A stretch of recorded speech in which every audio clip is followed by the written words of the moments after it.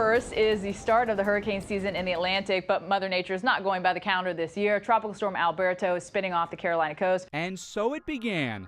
The first oddity. Not one, but two tropical systems formed in May. Alberto, and not far behind, Beryl. The last time we had two named storms before the official start of the hurricane season, which is June 1st, was more than 100 years ago. Typically, we don't even see our first hurricane until August 10th. Not only did we see Chris in June, but it formed farther north than New York City.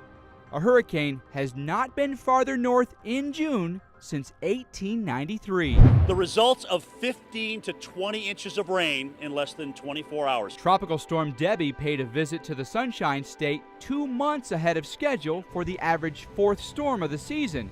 And then the tropics went quiet. It's really not uncommon for July to be quiet in the tropics, but we didn't have any named storms or depressions in the entire month of July, despite that fast start. But in August, the season came roaring back with 8 storms in the 8th month, tying the record set in 2004. One of those, Isaac, formed off the coast of Africa on August 16th, eventually becoming a hurricane and this year's flagship storm. And winds that are howling 50, 60 miles per hour. The first major hurricane, Category 3 or higher, formed on September 4th.